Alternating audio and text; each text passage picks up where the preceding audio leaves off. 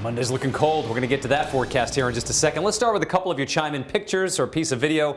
A lot of you feeling festive. Those of you that got the snow, I know not all of you did, but Ann here in the Albion section of Lincoln has a couple of inches on the back deck. Looks nice with the lights right there. Who doesn't love snow more than a couple of dogs? Joanne chiming in. Chloe and Juliet running around in that snow in West Greenwich earlier today. Love seeing that.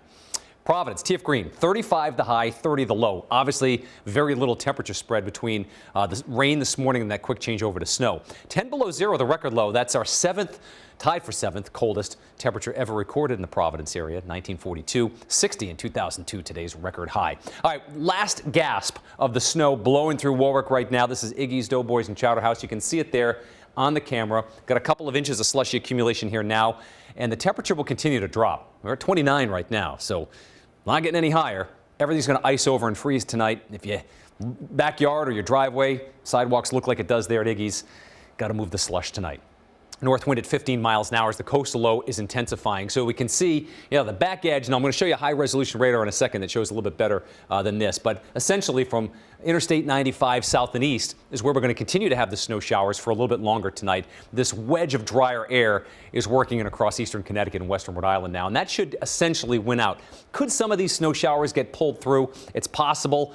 But the feature that is triggering this is weakening somewhat and it's shooting all of its energy to this coastal storm offshore. So that's the primary driver of the snow right now. And here's that high resolution loop. Look at the last couple of frames and see how it kind of jogs and pulls back here. So Providence right down through the West Bay and then over to the East Bay holding on to the snow. Everybody else essentially to the south and west of there.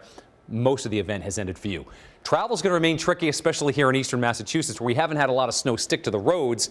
Like the Taunton area, it's been snowing, but maybe not as much sticking for you as it did in the Providence or Warwick areas. So as it turns colder, obviously, watch out for the conditions to get a little bit more treacherous travel-wise overnight tonight, settling down into the middle 20s for us by early tomorrow morning. Again, the ending of the snowfall will be the latest here in far eastern Massachusetts, where we're still going to have some ocean enhancement going until near or just after midnight for Plymouth County and the Upper Cape in particular.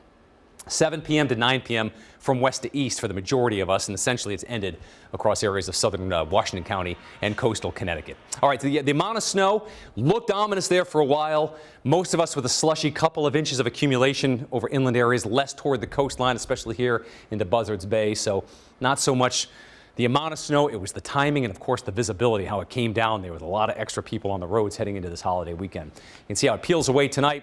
We stay cloudy into the early morning hours of Saturday with temperatures in the 20s.